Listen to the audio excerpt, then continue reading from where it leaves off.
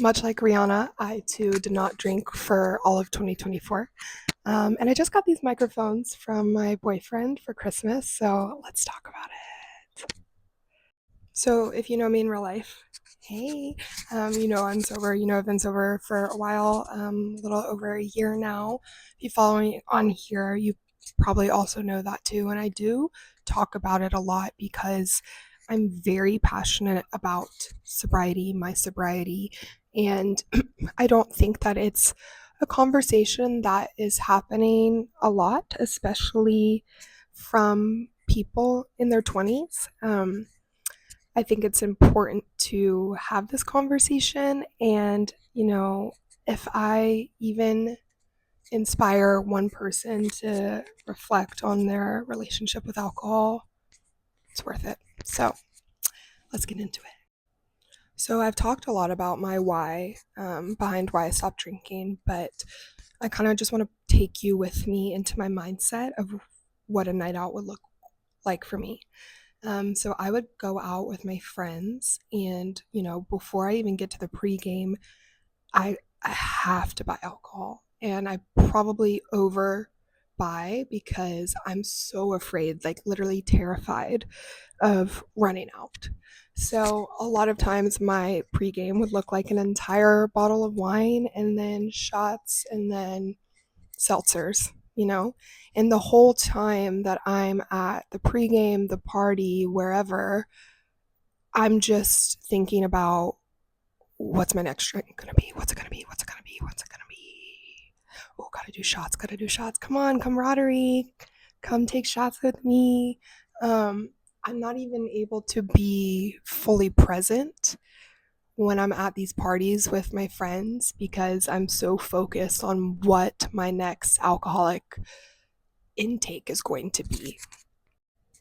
And a lot of times at these parties, instead of actually talking to the people that I know and am close to, I would spend it oversharing and trauma dumping with somebody I had met for the first time that night, which makes me cringe still to admit out loud.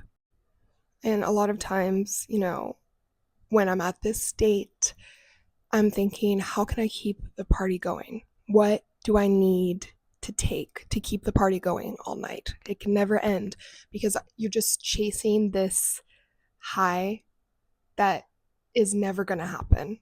And you know that based on your previous history of going out. But each time, because you're so drunk, you're like, oh, maybe this time it's different. Maybe this time, if I do X, Y, and Z, it will equal Y axis. You know what I'm trying to say.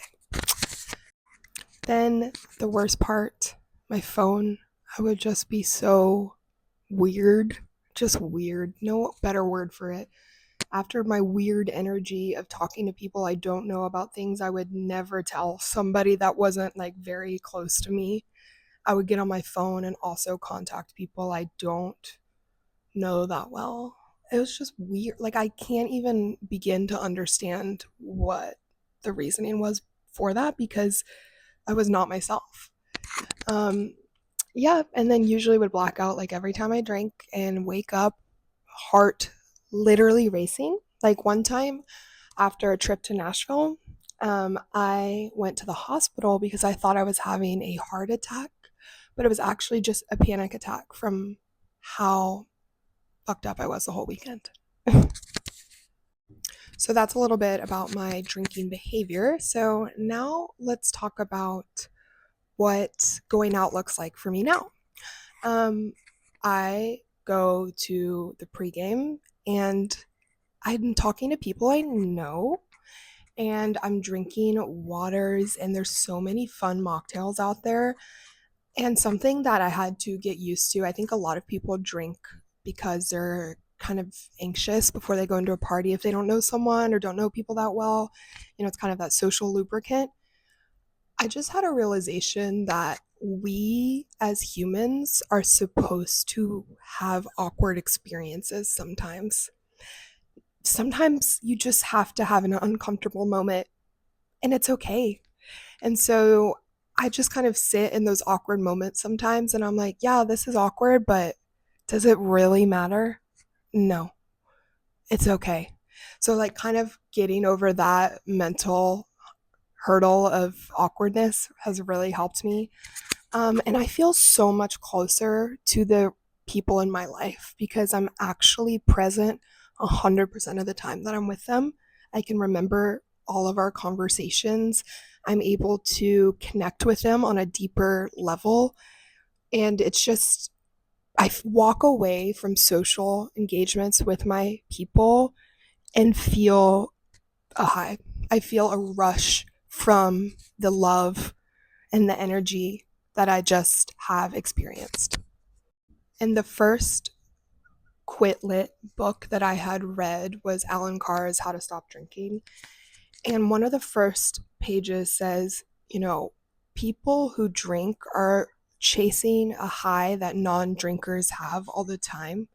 And I was like, that's bullshit. Like, I'm sorry, that's just a crock of shit, like motivational speech type of stuff to get people to stop.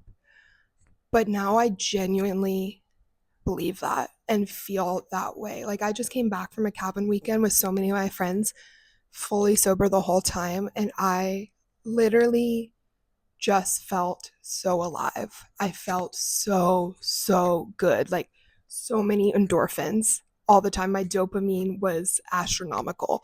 It was incredible, and not an ounce of alcohol or drugs was had. I had so much more time this year to pursue hobbies that were not revolved around alcohol. I was able to figure out a little bit more about who I am, what makes me tick, what makes me smile, what makes me laugh, what actually makes me happy and brings me real joy, because I was able to remove the cloud of alcohol. It literally fogged my brain because I was not able to think clearly. I cannot emphasize enough how much better I feel every day. Even when I have anxiety now, it is not doubled like it would be from the added effects of alcohol. I'm able to just sit in it and know that I can get through it. If you relate to any of this, listen to it. But everybody's journey is different. I started reading the Alan Carr book when I was 22. I'm 26 now for context. And I stopped drinking when I was 25. So it took me 3 years to get to a place where I felt ready to stop. So be kind with yourself and just listen and think about what works best for you.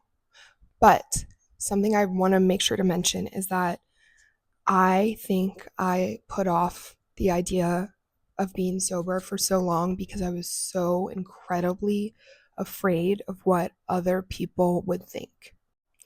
Alcohol is everywhere in our society. Work happy hours, vacationing, football games, sporting events, hanging out with your friends, especially being in your 20s, 30s. It's involved with everything that you do. So the idea of pivoting from the norm is very daunting. And people don't even realize it, but when you're not drinking at a social event, um, people will say something. They don't mean to make you feel bad, but that's just how ingrained alcohol is in our society, that you deciding to abstain is considered abnormal.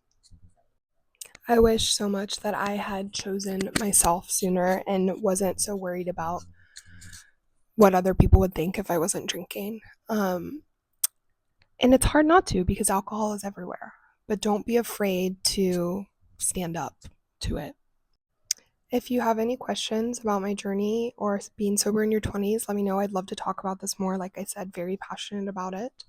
And I just want to make sure, like a little asterisk at the end, that I am in no way judging people that drink or decide that, sobriety isn't for them.